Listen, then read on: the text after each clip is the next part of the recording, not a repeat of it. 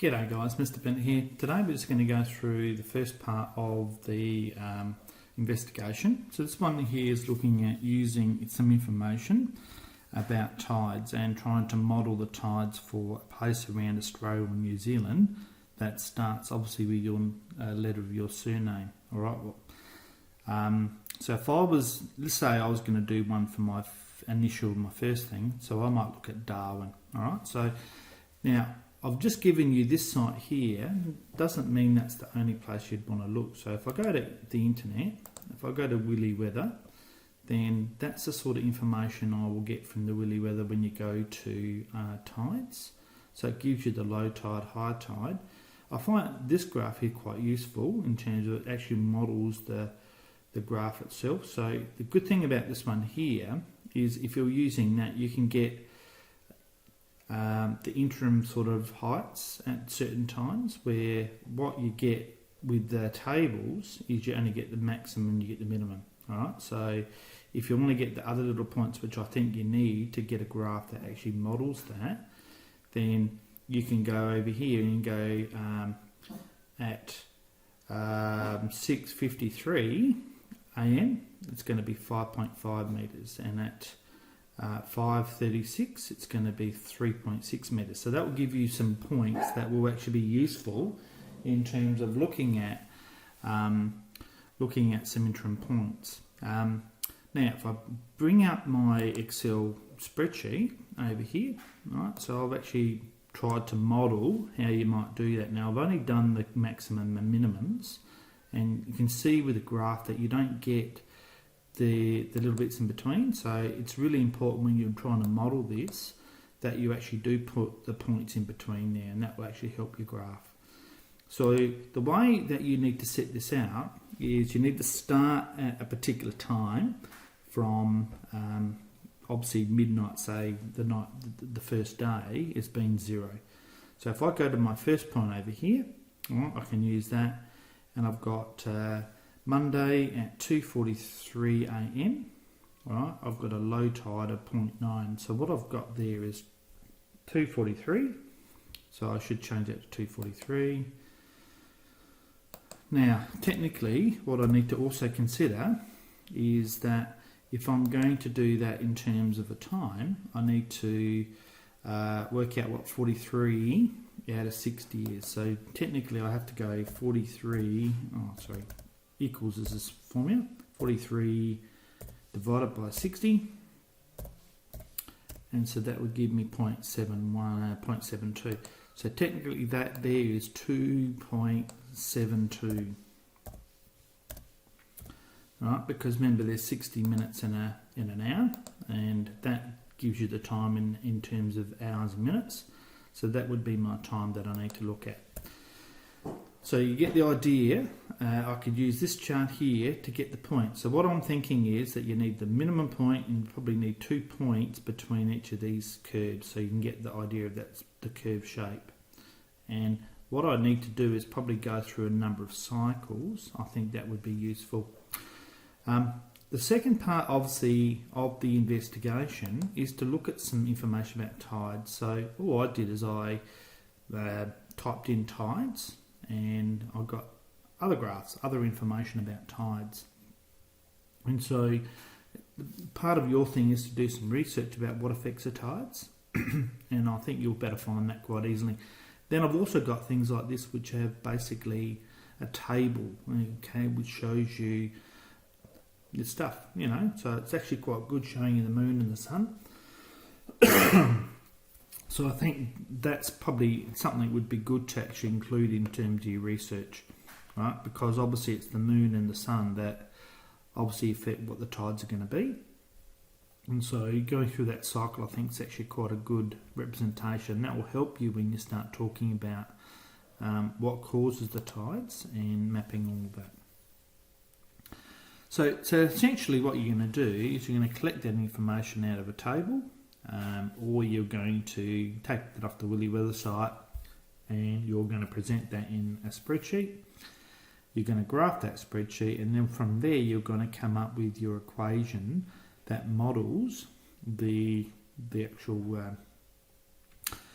the sine curve or the cosine curve. Now I'm thinking we need to probably be able to do both. All right, so it's probably important that we do that. So let's just go through a process of how you might actually do that for a curve. And I'm just going to make up some data just to help you get the idea of what we're doing. All right, so let's say I did get a graph, and my graph looked something like the one I'm drawing here. All right, so then I've got this sort of thing going like this. Right, so it's going to have multiple functions. Now, the key thing here with any graph is that you need to know where the median point is. Okay, so we need to know what point's halfway between the max and the min. I need to obviously know the period of the wave. That's really important, and I need to know where it starts. So if I'm going to be modelling my sine curve starts always from here. It goes like that. That's my sine curve. If I'm modelling my cosine curve starts and goes like that. Alright, so that's my cosine. So I have to think about 0 being there, and obviously when we translate things, which way does it go? Right, so general equation for a curve, and this is what you're exploring, and that's really important that you get your head right around this, which is my general curve, the height versus time, that's the height of the tide, is equal to A sine B of, now x is going to be t, take c plus d. Alright, so I need to know all of those things there. So let's say my minimum height was 0.5 a metre, my maximum height of that particular thing went up to 4.5 metres. Then what I'd be looking at there is to work out my amplitude. So my amplitude of my wave there is simply going to be, so my A value is simply going to be 4.5, take away 0.5, divide that by 2. So therefore that's going to be 4 divided by 2, it's going to be 2. It's got to have an amplitude of 2. To work out my D value, how much it's actually been shifted up by, what I do is I add those two values together. So 4.5 plus 0.5 gives me 5 divided by 2, and that's going to give me an answer of 2.5. So what we're looking at there is this medium line is around the 2.5. It's going to go 2 above, and it's going to go 2 below. So if you think about that, so 2 plus 2.5 is going to get you to 4.5. 2.5 take 2 is going to get you down to 0.5. So I've got those two values which are useful. So I know parts of my curve now. Now in terms of my period, I need to know from my curve the time it takes to repeat itself. So let's say I could pick any 2 points in the curve that are exactly the same. Let's say that distance there worked out to be 20. Alright, so obviously it's not going to be a tide, but we're just modelling something here. So that's 20 hours. So I'll work out my B value. Alright, so my period is going to be equal to 2 pi divided by my B value. Okay, so that's going to be 2 pi divided by 20. And so therefore that's going to be pi on 10 is going to be that value there. Alright, so in terms of working out my period, that's what I need to do. Okay, so that's what I've got there. Now the other thing I need to work out is my C value. Alright, so let's say this here, that point there corresponded to 20. Not 20, let's say it corresponded to 12. Okay, then what's actually happened here is I've translated it this way, 12 hours. Okay, so then what I need to do there is I need to obviously think my C value is going to be 12. Alright, so by looking at the point where my curve is actually shifted across. So I actually need to work out the key point there is where my curve starts going up from my median line. So that allows me to work out my CV. So that's there. So now I have enough information to write down my equation of my curve. H of t is equal to, my A value is 2, sine of my B value, which is pi on 10.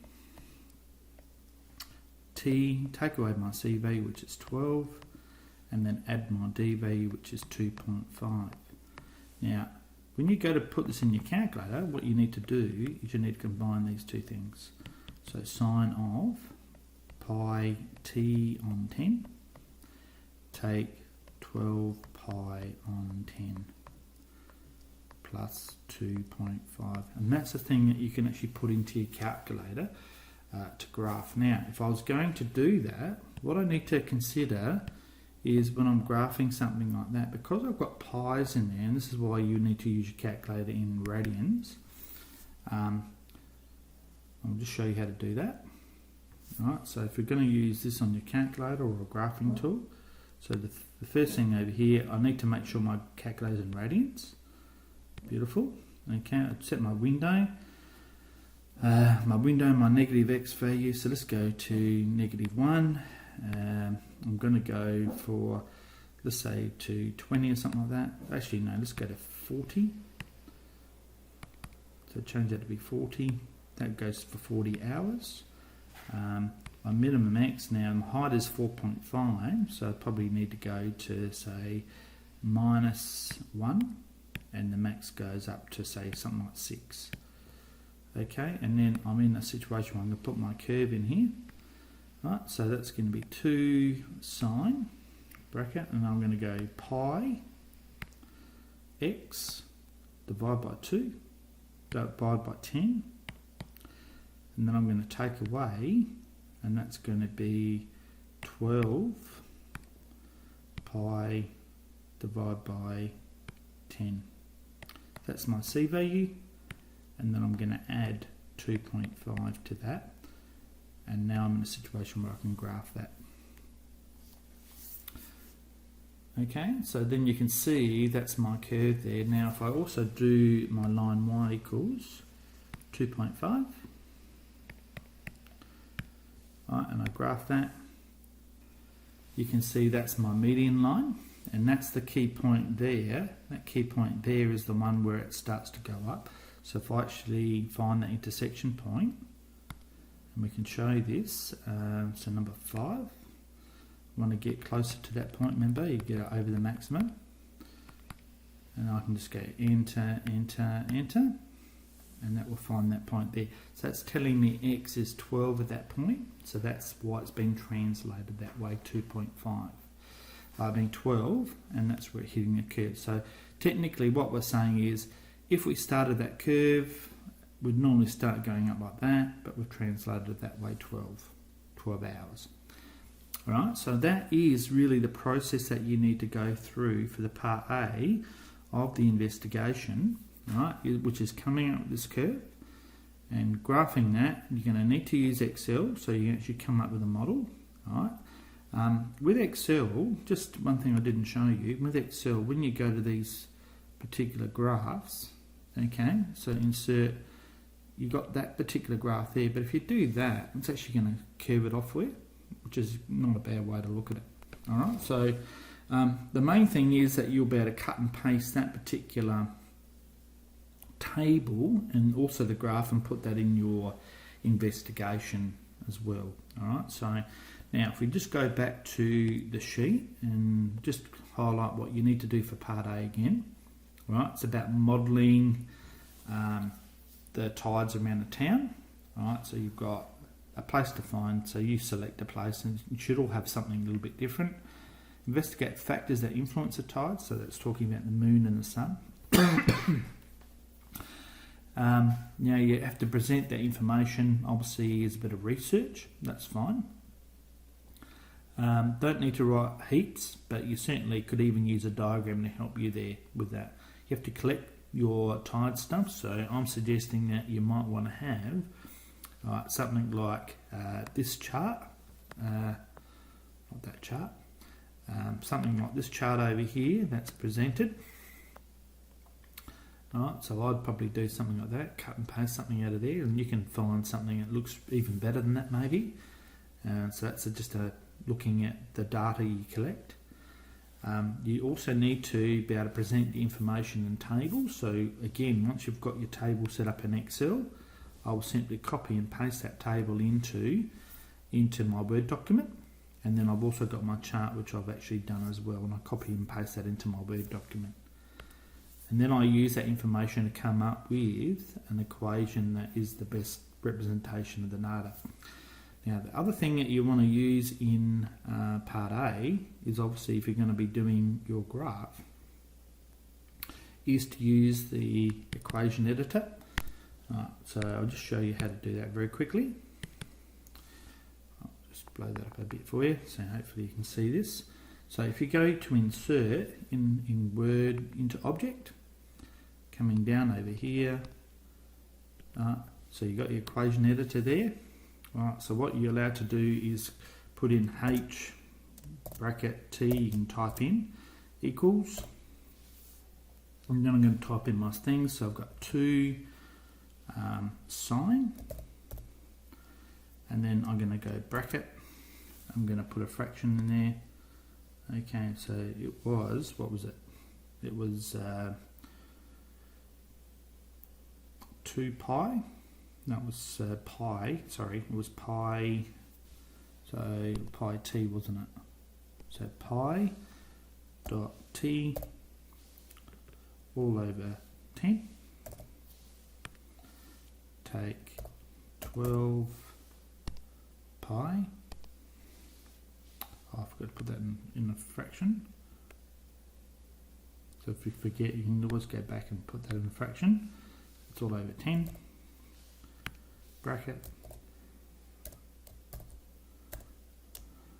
Bracket, and then what you're doing is you're going to add 2.5. So that's your equation that you've got there. Now, if I want to do anything with that equation, I can copy it, undo. What have I done there? Undo that. Oh, I've stuffed it up. Right, but you can copy and paste that like you would normally do anything in any Word type of document. All right, so that's a really useful thing to do.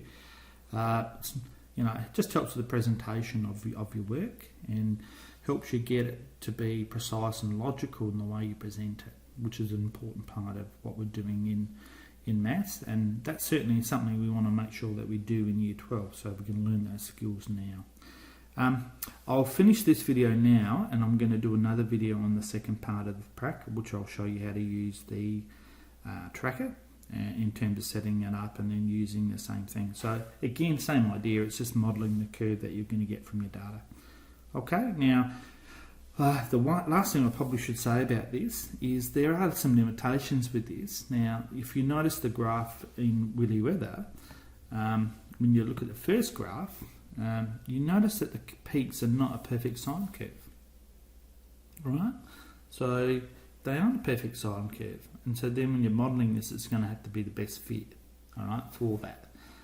Obviously, depending on how many cycles you're going to do this for, I'm thinking you probably want to do this for 2 days, all right? So you get a bit of a curve, but when you look at the tides, how they go over a period of time, they certainly